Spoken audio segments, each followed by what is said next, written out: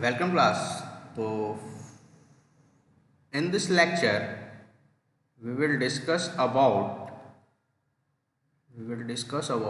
volumetric strain. We will discuss about volumetric strain. In the last lecture, we already discussed the analysis of normal strain. How can we find out the strain in x direction, strain in y direction, and strain in z direction in case of three-dimensional loading, in two-dimensional loading, and in the uniaxial loading and one-dimensional loading.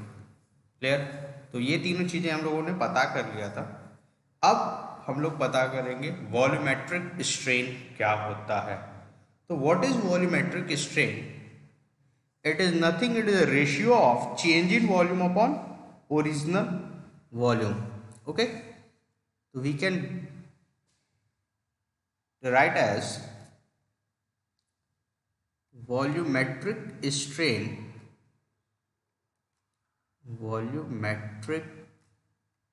strain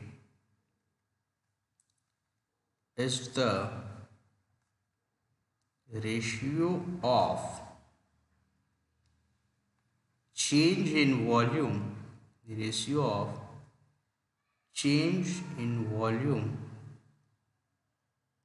to the original volume.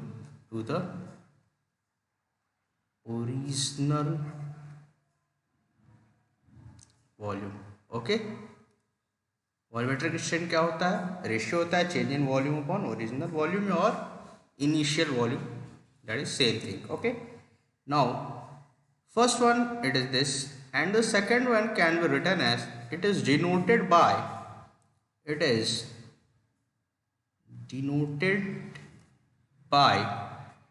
epsilon v. इसको हम लोग कैसे denote करते हैं? Epsilon v से. now mathematically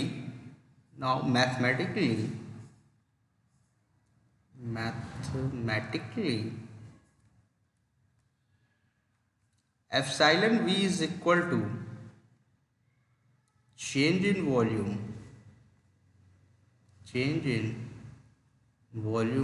upon original volume. Clear? Now we can find the value of epsilon v in terms of epsilon x, epsilon y and epsilon z. Okay, तो epsilon x, epsilon y और epsilon z के form में हम लोग epsilon v की value को find करते हैं. ठीक है, तो for this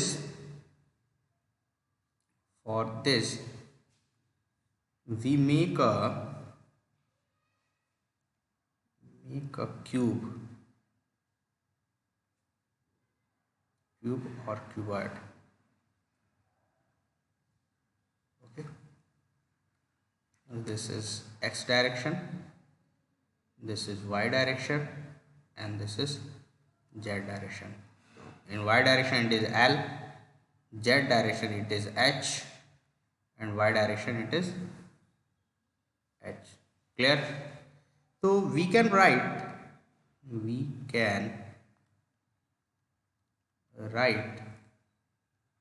volume capital V is equal to L, B and H. Volume can be written as length into breadth into height. Clear? Now change in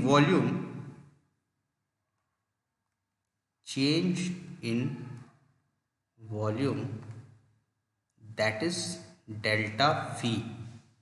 How we can find delta V? There are three variables. Okay, तीन variables हैं आपके पास L, B और H. तो तीन variables हैं और हमको change find out करना है. तो हम लोग क्या फाइंड आउट करते थे? डिफरेंशिएशन. एज ए डिफरेंशिएशन मान लीजिए आप लोग कि उनको डिफरेंशिएशन फाइंड आउट करना है. तो डिफरेंशिएशन हम लोग कैसे फाइंड आउट करेंगे?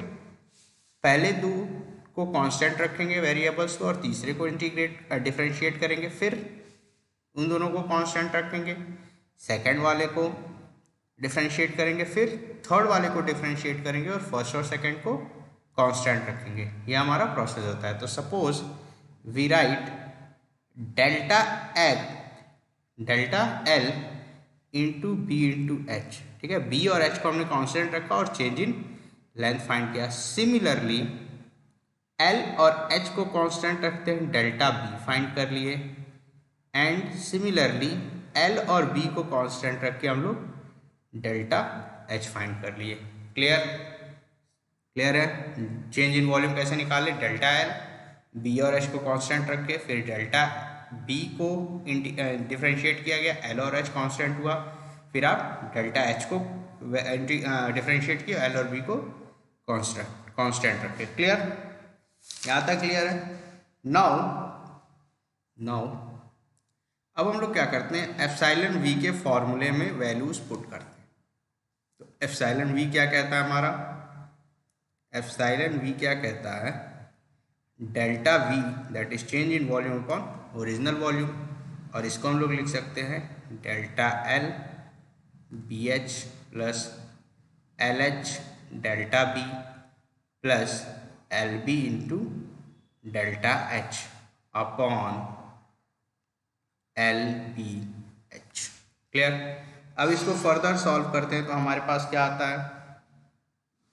हमारे पास फर्दर क्या आएगा? Delta L into B into H upon L B H plus L into H into delta B upon L B H plus L B into delta H upon L B H. Clear? ये आएगा, तीनों को अलग अलग हम लोगों ने वो कर दिया। अब यहाँ से बी एच कैंसिल हो जाएगा, हमारे पास क्या बचेगा? Delta L upon L. यहाँ से एल और बी एच कैंसिल हो जाएगा, डेल्टा बी अपॉन बी बचेगा, और यहाँ से एल बी कैंसिल हो जाएगा, डेल्टा एच अपॉन एच बचेगा। ओके, तो suppose we can write epsilon we is equal to delta L upon L plus delta B upon B plus delta H upon H. Clear? तो delta L क्या show कर रहा है? Change in length upon original या initial length. Delta B क्या show कर रहा है? Change in width upon original width. और एच अपॉन एच क्या शो कर रहा है? Change in height upon original height. तो फिगर में हम लोग देखें, फिगर में यहाँ देखिए, फिगर में एल क्या है? एक्स डायरेक्शन में है। एल क्या है आपका? एक्स डायरेक्शन में है।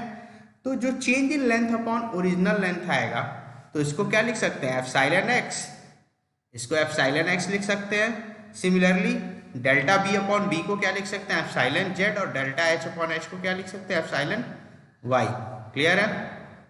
ठीक है, तो यहां से हम इसको लिख देंगे epsilon X plus epsilon Z plus epsilon Y, और इसको फर्दर हम लोग करेंगे तो ये हो जाएगा epsilon X plus epsilon Y plus epsilon Z. तो यहाँ से हमको एक फॉर्मूला मिल गया, epsilon we is equal to epsilon X plus epsilon Y plus epsilon Z. Clear? यहाँ तक क्लियर है? यहाँ तक क्लियर है? ओके,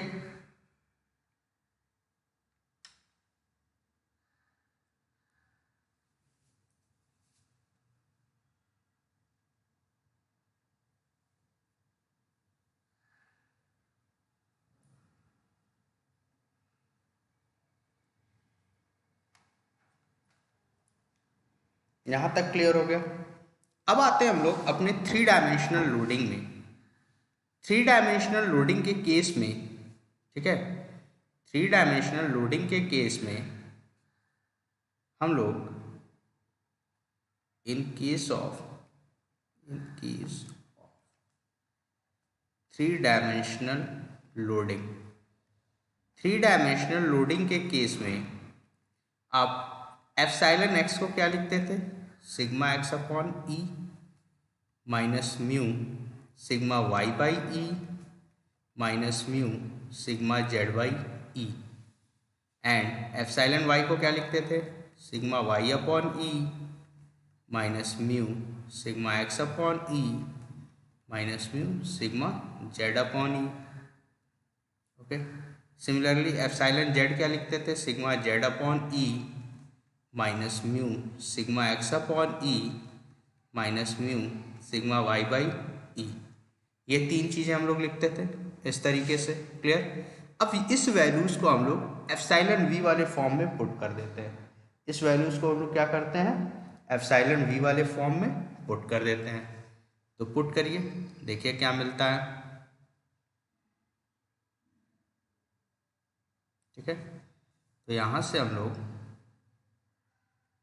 लिख सकते हैं epsilon we is equal to epsilon X plus epsilon Y plus epsilon Z, और इनकी वैल्यूज़ को पुट करते हैं। तो इनकी वैल्यूज़ क्या क्या थी, sigma x upon E minus mu, sigma Y upon E minus mu, sigma Z upon E plus sigma Y by E minus mu, sigma x upon E minus mu, sigma Z upon E plus sigma Z upon E minus mu, sigma x upon E minus mu, sigma Y by E. Okay, now after calculation, after further calculation we get sigma X here and sigma mu sigma x upon e. तो इसको हम लोग लिख सकते हैं sigma x upon e common ले लो, यहाँ से बच जाएगा 1 minus 2 times of mu. Similarly sigma Y upon e common ले लो, यहाँ बच जाएगा 1 minus 2 times of mu. Similarly sigma Z upon e common ले लो और ये बचेगा 1 minus 2 times of mu. Clear. इसको फर्दर 1 माइनस 2 म्यू कॉमन ले लो और यहाँ से हमारे पास एक ब्रैकेट में आ जाएगा sigma x plus sigma y plus sigma Z upon e. Clear. और ये हो जाएगा epsilon v. This is the our next formula for epsilon v. ठीक है, ये हमारा मोस्ट इम्पॉर्टेंट फॉर्मूला है।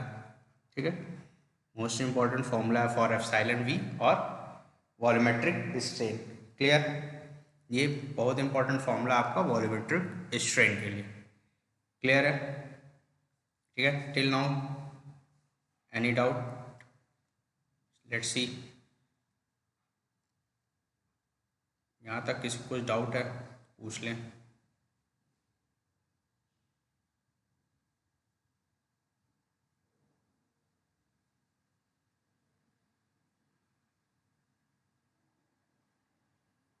ठीक है, अब यहाँ से हम लोग देखते हैं, एक चीज़ मैंने बोला था कि आपको म्यू की वैल्यू फाइंड आउट कराऊंगा।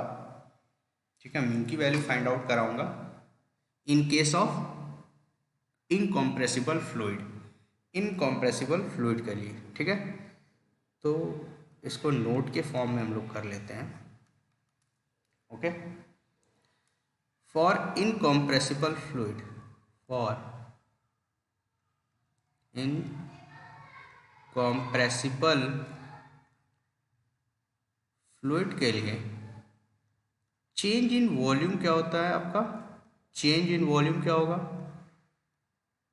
0 होगा। It means delta v is equal to 0। This implies that epsilon we is equal to 0।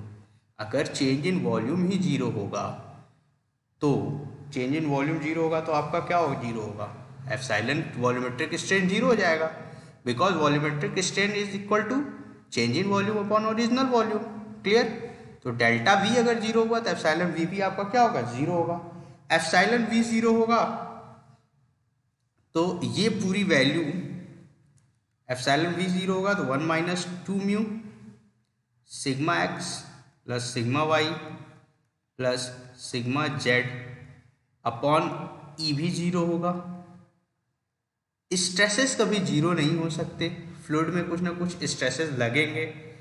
तो पर्टिकुलर ये terms, so stresses can not be 0, सो आपका 0 क्या होगा, 1 माइनस 2 म्यू क्या होगा, 0 होगा। और 1 माइनस 2 म्यू 0 होगा तो म्यू की वैल्यू कितनी आ जाएगी, 1/2। It is equal to 0.5। ये किसके इक्वल हो गया, 0.5 के हो गया। ठीक है, तो इनकॉम्प्रेसिबल फ्लूइड के लिए आपकी म्यू की वैल्यू जो होती है वो कितनी होती है, 0.5 होती है। कितनी होती है, 0.5 होती है। क्लियर।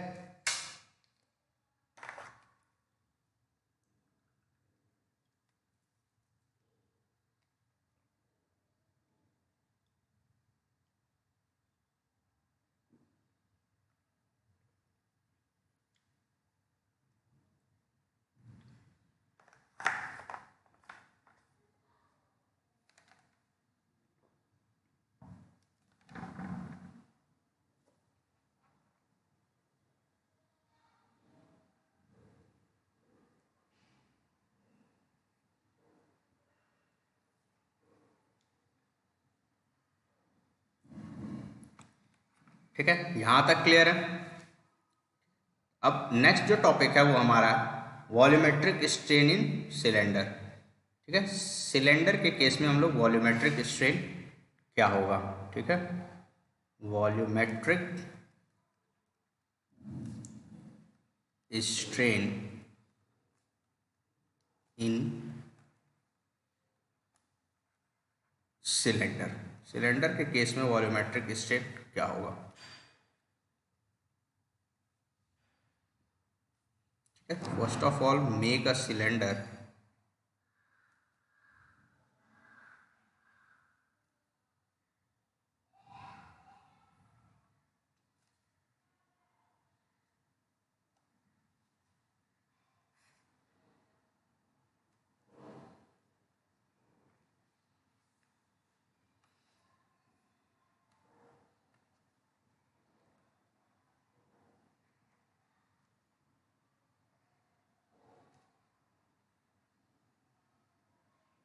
ठीक है, ये कोई सिलेंडर है, ठीक है, इस पे क्या हो रहा है, एक फोर्स अप्लाई हो रहा है इस तरीके से, ठीक है, और इसका जो डाया है वो कितना है, कैपिटल डी है, और जो लेंथ है आपका कितना है, कैपिटल एल है।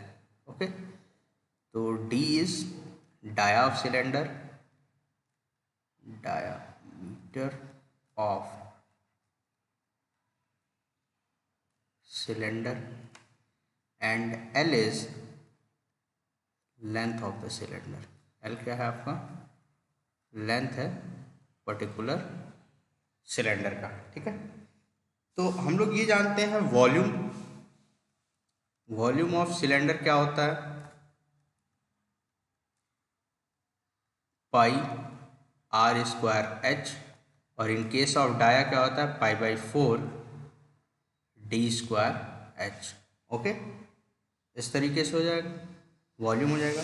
नाउ चेंज इन वॉल्यूम क्या होगा, now change in volume that is delta we. Delta we क्या होगा, सिमिलरली जैसे हमने इसके पहले निकाला था, कांस्टेंट वैल्यू को कॉमन कर लेते हैं। हियर डी स्क्वायर है तो it is 2d into delta d into h plus d square into delta h. इस तरीके से हो जाएगा ये change in volume. Okay, now we know that volumetric strain is, volumetric strain epsilon v is equal to delta v upon v। it can be pi by 4 2d into delta d into h plus d square into delta h upon volume, that is pi by 4 d square h। so here pi by 4 can be cancelled out। okay, the further can be written as epsilon v is equal to pi by four cancel हो जाएगा, और यहाँ से d cancel हो जाएगा, it becomes 2 del d upon d plus del h upon H. Clear, it become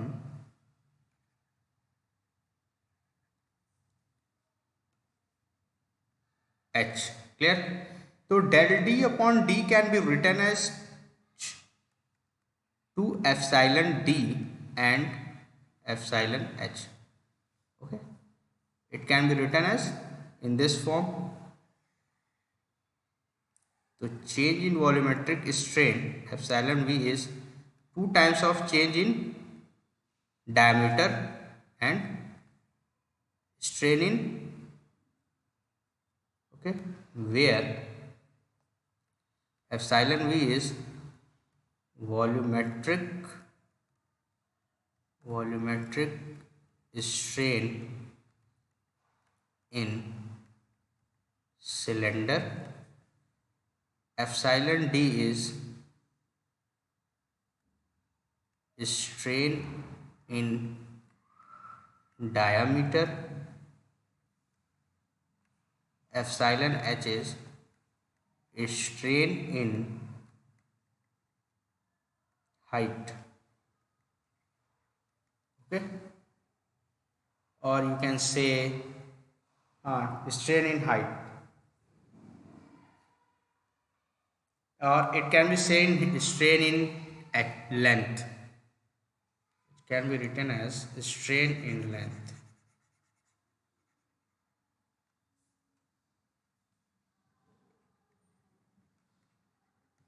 ठीक है, strain in length. Clear? It is clear. ठीक है. Next, the topic is volumetric strain in sphere. Next topic is volumetric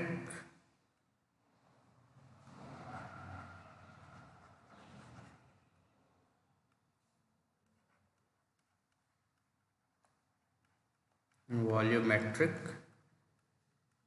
strain in sphere. Sphere के case में आपका volumetric strain क्या होगा? Clear? Sphere के केस में वॉल्यूमेट्रिक स्ट्रेन क्या होगा? तो वॉल्यूम ऑफ स्फेयर क्या होता है आपका? 4/3 पाई आर क्यूब, और in case of dia it is pi d cube by 6. It is pi d cube by 6. Similarly, change in volume can be written as pi by 6 into 3d square into delta d, and if we know that epsilon v is change in volume upon initial volume, it can be written as pi by 6 into 3d square into del d upon pi by 6 into d cube. Here it is 3 times of del d upon d, 3 times of del d upon d, or we can write as epsilon v is equal to 3 epsilon d. You can write as epsilon v is 3 times of epsilon d, where epsilon v is volumetric strain in a sphere, and epsilon d is strain in diameter. Okay, clear है? यहां तक clear हो गया? ठीक है. Now the next topic we have to discuss is elastic modulus. Elastic moduli. What are the different elastic moduli? The first elastic modulus we have to discuss is modulus of elasticity. Modulus of elasticity. First जो modulus है, elastic modulus है, वो क्या है? Elasticity modulus. It is denoted by capital E. It is denoted by capital E, और formula होता है आपका linear stress upon linear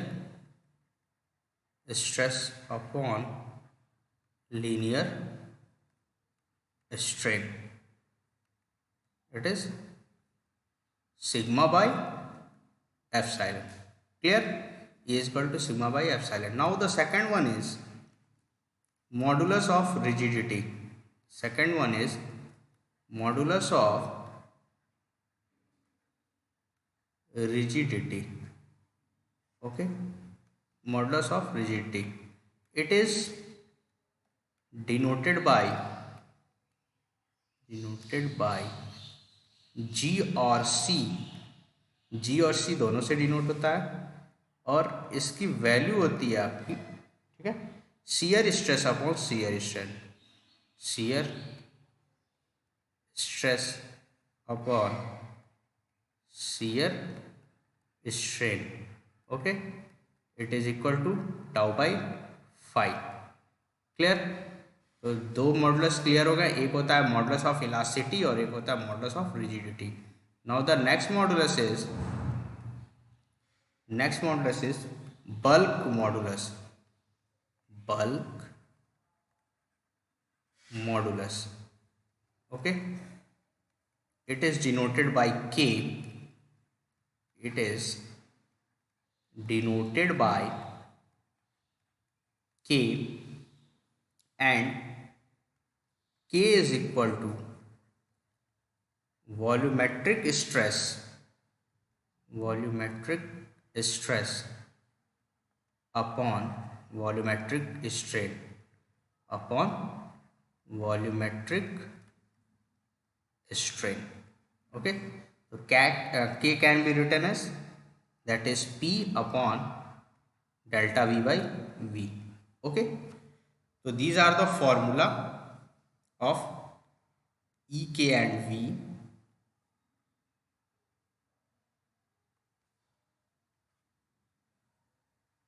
E is equal to sigma by epsilon, that is linear stress upon linear strain. Modulus of rigidity can be defined as the ratio of shear stress upon shear strain, and the bulk modulus can be defined as the volumetric stress upon volumetric strain. Okay, so these are the three elastic moduli which can be used in strength of material. Okay, now the next topic is, what are the relationship between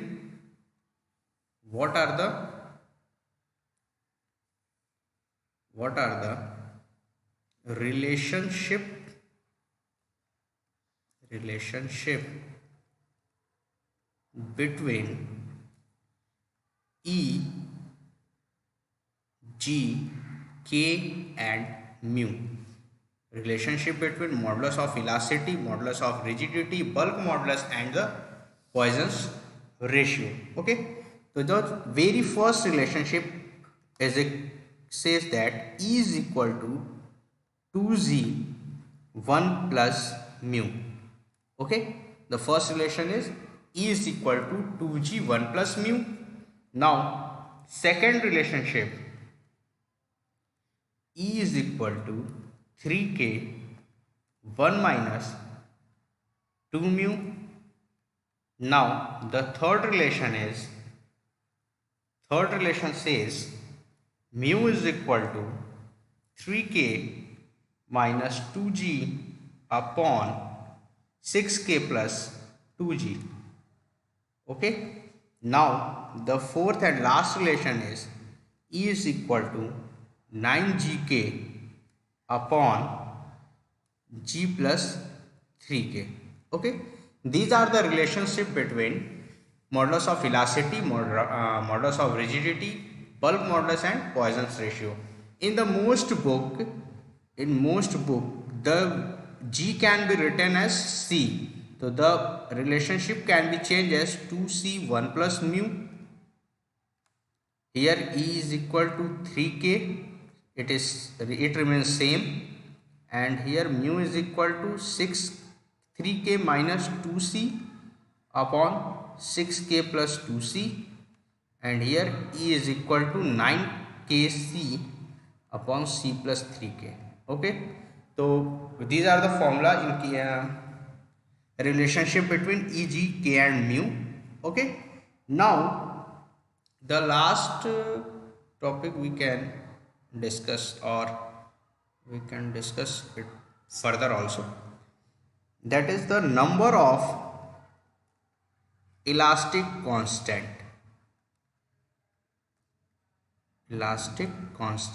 in a particular stage. How many elastic constant can be there? Okay, so for isotropic case, the number of constant is equal to, for isotropic case, the number of constant is equal to 2, the constant can be E, G, K and mu. E, G और K में से कोई एक constant होगा और mu होगा। Clear. Second जो आपका केस आता है वो है आपका ऑर्थोट्रॉपिक। वो क्या है आपका? ऑर्थोट्रॉपिक केस आता है। इस केस में आपका नंबर ऑफ कांस्टेंट जो होंगे, नंबर ऑफ कांस्टेंट जो होंगे वो 9 होंगे, and the last one that is an isotropic. इस केस में आपका जो नंबर ऑफ कांस्टेंट होता है वो 21 होता है। कितना होता है नंबर ऑफ कांस्टेंट्स? कितने होते हैं कांस्टेंट्स? That is 21। तो remember these three elastic constant. In case of isotropic it is 2, in case of orthotropic it is 9, and in case of anisotropic it is 21. Clear? Till now it is clear? Okay. Now further we will discuss about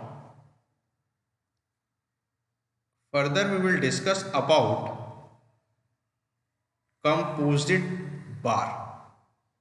What is composite bar?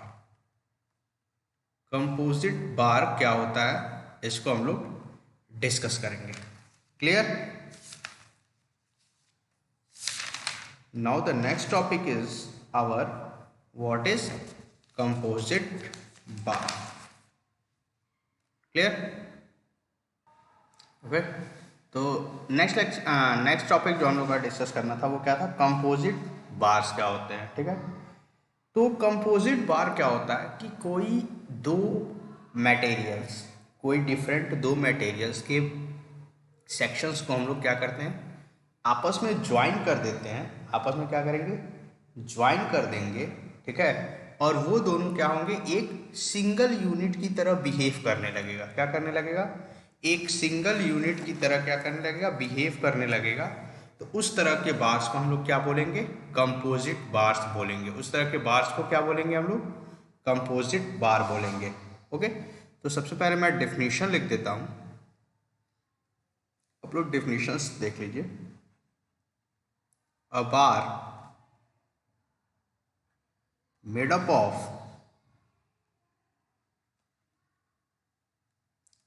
To और मोर bars of equal length but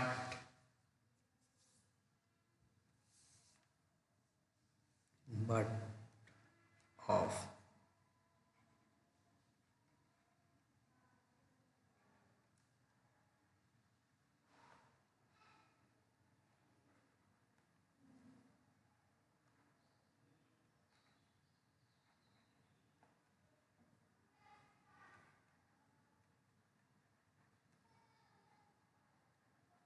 fixed with each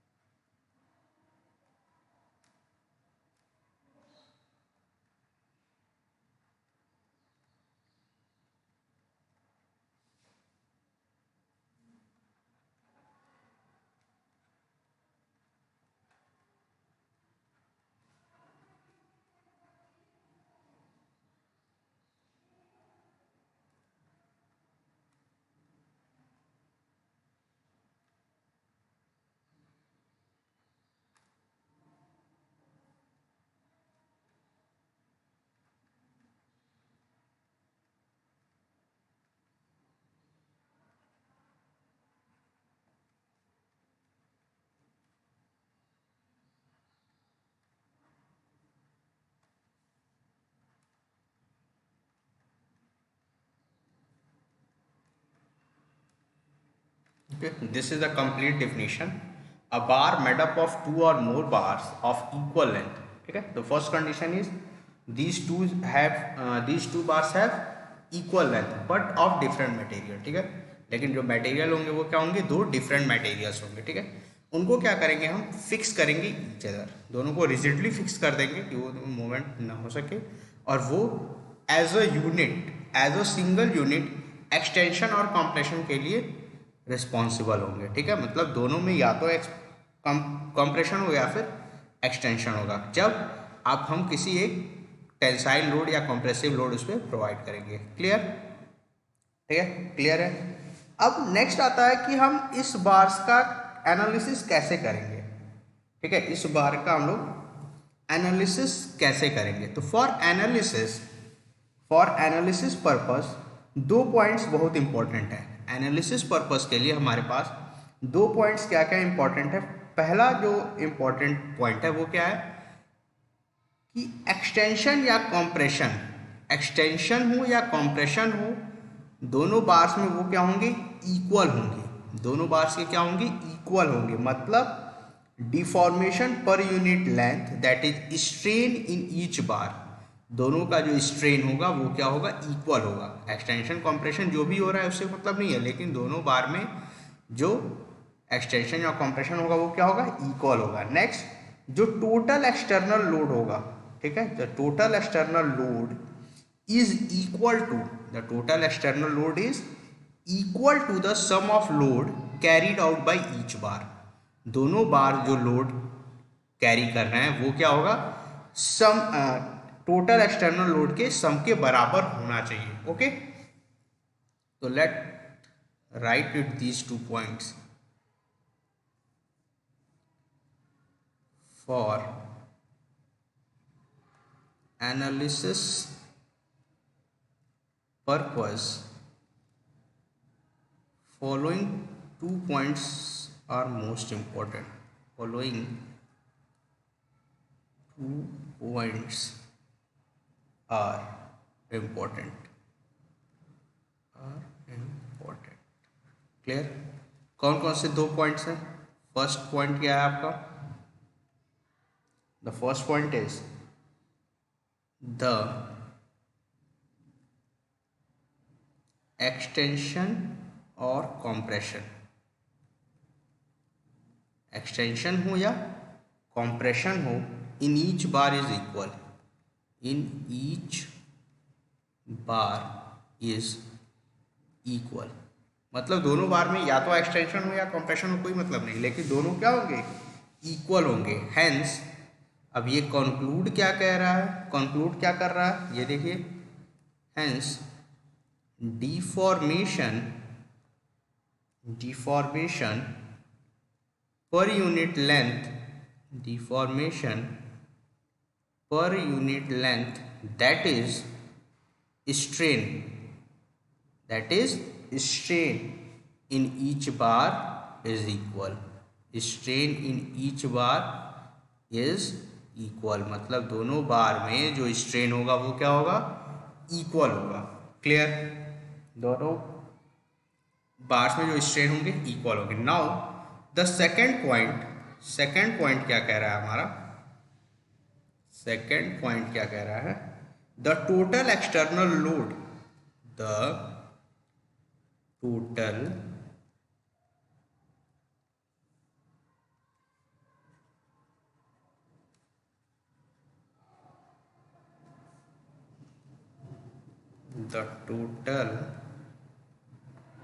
external load on the composite bar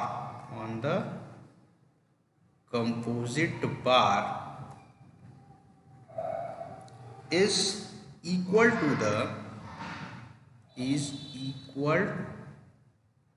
the sum of the loads carried by each different material or bar, each different material.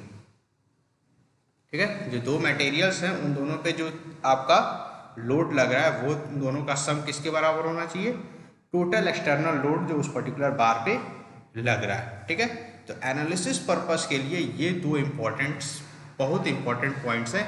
इन दो points की help से हम क्या कर सकते हैं, composite bar का analysis कर सकते हैं। क्लियर। अब कैसे एनालिसिस करेंगे इसको भी देख लेते हैं। ठीक है, कैसे एनालिसिस करेंगे इसको भी देख लिया जाए। तो एनालिसिस के लिए सबसे पहले हम लोग क्या करते हैं, एक बार बना लेते हैं।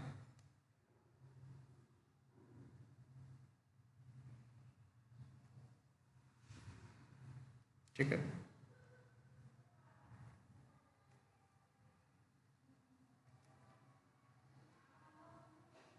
सपोज ये मटेरियल 1 है, ये मटेरियल 2 है। ठीक है, और इस पे जो लोड लग रहा है वो टोटल फाइनल लोड लग रहा है P। ठीक है, और इसको यहाँ से फिक्स कर दिया गया। ये क्या है, वॉल है, यहाँ से इसको हम लोग क्या कर दिए, फिक्स कर दिया। कि दो मटेरियल है। क्लियर।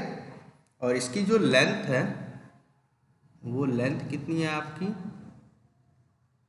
L है। ठीक है, लेंथ कितनी है आपकी, कैपिटल L है। क्लियर।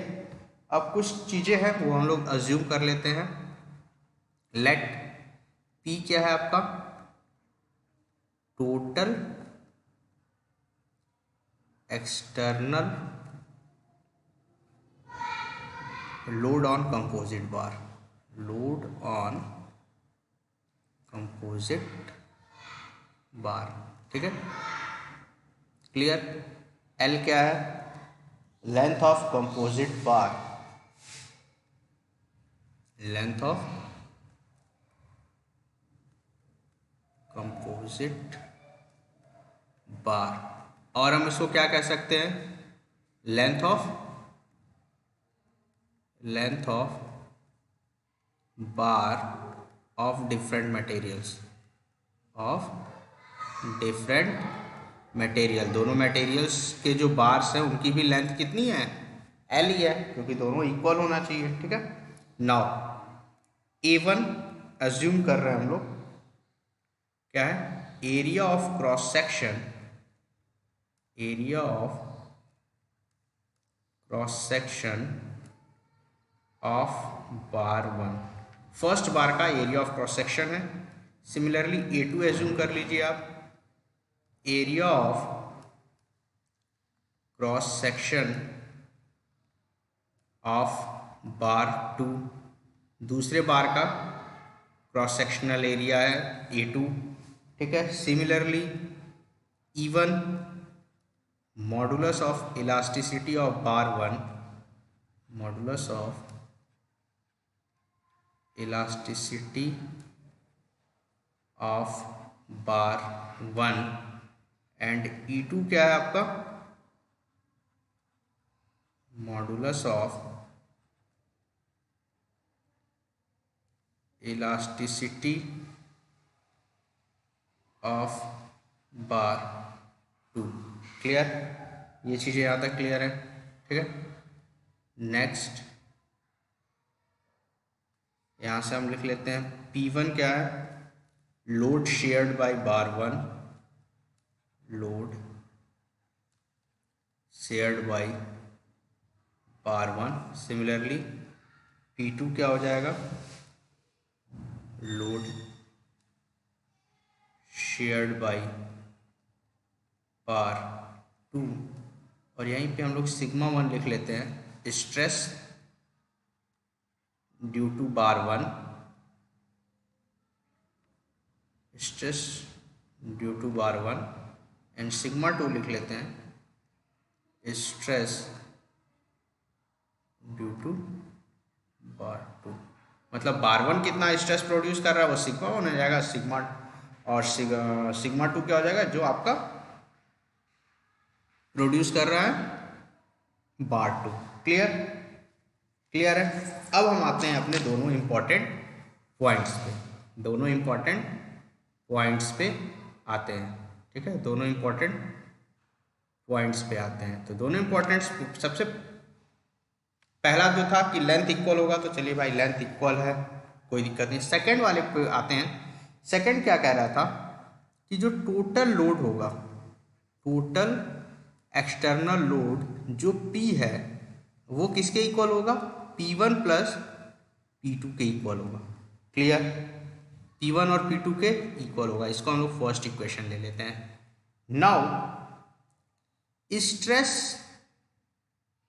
स्ट्रेस इन बार 1 को हम लोग लिख सकते हैं sigma 1 is equal to load कितना लग रहा है P1 और क्रॉस सेक्शनल एरिया कितना है A1, ठीक है।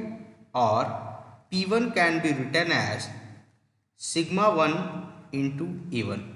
क्लियर, क्लियर है, ठीक है। ये सेकंड हो गया। Similarly stress in bar 2 that is denoted by sigma 2, it can be written as P2 upon A2 or P2 can be written as sigma 2 into A2। ये हमारा हो गया थर्ड इक्वेशन। क्लियर, ये हमारा क्या हो गया, थर्ड इक्वेशन। अब सेकंड और थर्ड से जो हमारा P1 और P2 की वैल्यू मिली है उसको हम लोग क्या करते हैं, इक्वेशन नंबर 1 में पुट करते हैं। तो इक्वेशन नंबर 1 में पुट करेंगे तो हमको क्या मिलेगा, P hence P is equal to sigma A1 plus sigma A2। ठीक है, ये फॉर्मूला हम लोग यूज करेंगे अपने एनालिसिस ऑफ कंपोजिट बार में। क्लियर, ये फॉर्मूला एक मिल गया हमको, इम्पोर्टेंट फॉर्मूला। नाउ अब आ जाते हैं हम लोग अपने दूसरे कॉन्सेप्ट पे। दूसरा कॉन्सेप्ट क्या कह रहा था कि दोनों जो बार्स हैं वो क्या होंगी, सेम स्ट्रेन प्रोड्यूस करेगा। क्या प्रोड्यूस करेगा, सेम स्ट्रेन प्रोड्यूस करेगा। तो सेम स्ट्रेन प्रोड्यूस करेगा तो क्या हो सकता है, इस स्टेटमेंट को लिखते हैं, since the ends of the two bars, the ends of two bars are rigidly connected। क्या है, उसको हम लोग फिक्स किए हुए हैं। क्या किए हुए हैं, फिक्स किए हुए हैं। तो अगर रिजिडली कनेक्टेड है, रिजिडली कनेक्टेड है तो जो दोनों बार में चेंज इन लेंथ होगा वो क्या होगा, सेम होगा। जो दोनों बार में चेंज इन लेंथ होगा वो क्या होगा, सेम होगा। तो लिख सकते हो each bar will change in length, change in length by the same amount, by the same amount. मतलब जो दोनों में स्ट्रेन प्रोड्यूस होगा वो क्या होगा, सेम होगा। दोनों में स्ट्रेन क्या होगा, सेम होगा। And the length of each bar is also same, and the length of each bar is also same. ठीक है, दोनों में सेम है। तो एक चीज हम यहां से कंक्लूड क्या कर सकते हैं, then we conclude that strain in bar 1, बार 1 का जो स्ट्रेन है is equal to strain in bar 2। वो बार 2 के स्ट्रेन के क्या होगा, इक्वल होगा, इक्वल होगा। इसको हम लिख सकते हैं strain in bar 1 can be equal to strain in bar 2, and strain in bar 1 can be given as, suppose it is epsilon 1 and it is epsilon 2। अब epsilon 1 and epsilon 2 can be written as sigma 1 upon E। Okay, हम लोग क्या लिख सकते हैं, strain is equal to stress upon modulus of elasticity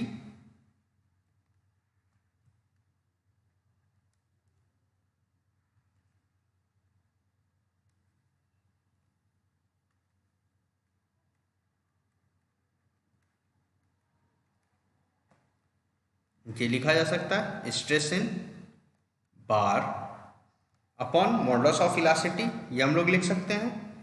तो यहाँ से अगर हम लोग एप्सिलॉन 1 इज इक्वल टू लिखते हैं, तो एप्सिलॉन 1 क्या है, बार 1 में स्ट्रेन है, it can be written as stress कितना है सिग्मा 1 और एप्सिलॉन 1 सॉरी E1, ठीक है। और similarly epsilon 2 can be written as sigma 2 upon E2, okay. तो now we get strain is equal, we get sigma 1 upon E1 is equal to sigma 2 upon E2। हम लोगों को क्या मिला, sigma 1 upon E1 is equal to sigma 2 upon E2, okay. This is also an important formula. तो हम लोग को दो फॉर्मूला मिला, एक तो sigma 1 upon E1 is equal to sigma 2 upon E2 and the first we get P is equal to sigma 1A1 plus sigma 2A2। ये दो फॉर्मूले हम लोग को मिले। इन दो फॉर्मूले की हेल्प से हम लोग क्या करेंगे, आपका कंपोजिट बार की एनालिसिस करेंगे, ठीक है। कंपोजिट बार की एनालिसिस करेंगे, क्लियर है, ठीक है। एक बार और देख लेते हैं कंपोजिट बार, ठीक है। तो कंपोजिट बार क्या होता है, कंपोजिट बार क्या होता है कि वो बार जो दो मटेरियल से बना हो, जिसको हम लोग रिजिडली फिक्स करते हैं और दोनों की लेंथ क्या हो, इक्वल हो, लेकिन वो एक्सटेंशन या कॉम्प्रेशन पे वो क्या होंगे, एक सिंगल यूनिट होंगे। सिंगल यूनिट मतलब दोनों में एक्सटेंशन या कॉम्प्रेशन सेम अमाउंट से होगा, क्लियर। अब जब एनालिसिस की बारी आती है, ठीक है, अब जब हमारी एनालिसिस की बारी आती है, तो एनालिसिस में हम लोग दो पॉइंट्स, इंपॉर्टेंट पॉइंट्स हमारे पास, वो क्या है, पहला कि जो एक्सटेंशन या कॉम्प्रेशन होगा वो इक्वल होगा। एक्सटेंशन या कॉम्प्रेशन इक्वल होगा तो इसका मतलब क्या होगा कि जो स्ट्रेन है दोनों बार में वो इक्वल होगा। स्ट्रेन क्या होता है, deformation per unit length, deformation जो होगा वो इक्वल होगा। एंड द सेकेंड पॉइंट क्या कह रहा है कि सेकेंड पॉइंट ये कह रहा है कि जो टोटल लोड होगा पर्टिकुलर कंपोजिट बार में, वो क्या होगा, टोटल एक्सटर्नल लोड जो होगा वो इक्वल होगा आपके दोनों बार्स के जो लोड्स होंगे, ठीक है। दोनों बार जो डिफरेंट मटेरियल से बार बने हैं, उन दोनों बार्स में जो लोड्स आएंगे, उन दोनों लोड्स को अगर सम करते हैं या एडअप करते हैं तो वो टोटल एक्सटर्नल लोड के क्या होगा, इक्वल होना चाहिए, क्लियर, ठीक है। नेक्स्ट हम लोगों ने देखा इसके एनालिसिस कैसे करेंगे, तो हम लोगों ने अज्यूम कर लिया P, L, A1, A2, E1, E2, P1, P2, sigma 1 and sigma 2, ये अज्यूम कर लिया। अब कॉन्सेप्ट पे अकॉर्डिंग हम लोग चले तो हम लोग को दो बेसिक फार्मूला हम लोग को मिला, दो बेसिक फार्मूला हम लोग को मिल गया अपना इस पर्टिकुलर कंपोजिट बार के एनालिसिस में। फार्मूला क्या मिला, sigma 1 upon E1 is equal to sigma 2 upon E2 and P is equal to sigma 1 A1 plus sigma 2 A2, clear. ये दो फॉर्मूले मिल गए और इन दो फॉर्मूले की हेल्प से हम लोग क्या करेंगे, अपना कंपोजिट बार की एनालिसिस कर लेंगे, ठीक है। नेक्स्ट इसी पर्टिकुलर टॉपिक में एक कभी कभी पूछा गया है, मॉड्यूलर रेशियो क्या होता है, what is modular ratio, modular ratio क्या होता है। तो मॉड्यूलर रेशियो क्या होता है, इसको देखते हैं। मॉड्यूलर रेशियो क्या होता है, जो आपका बार 1 है, ठीक है, बार 1 का जो मॉडुलस ऑफ इलास्टिसिटी है और जो बार 2 का मॉडुलस ऑफ इलास्टिसिटी है, अगर दोनों का हम रेशियो ले लेते हैं, दोनों का हम क्या करते हैं, रेशियो ले लेते हैं, इस रेशियो को हम लोग क्या बोलते हैं, मॉड्यूलर रेशियो बोलते हैं। इस रेशियो को क्या बोलते हैं, मॉड्यूलर रेशियो बोलते हैं। तो हम डेफिनेशन लिख देते हैं, इसको चेक कर, इसको देख लीजिए।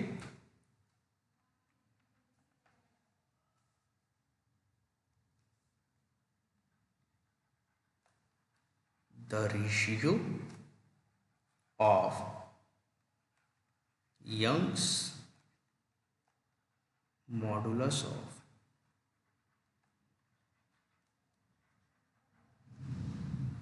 elasticity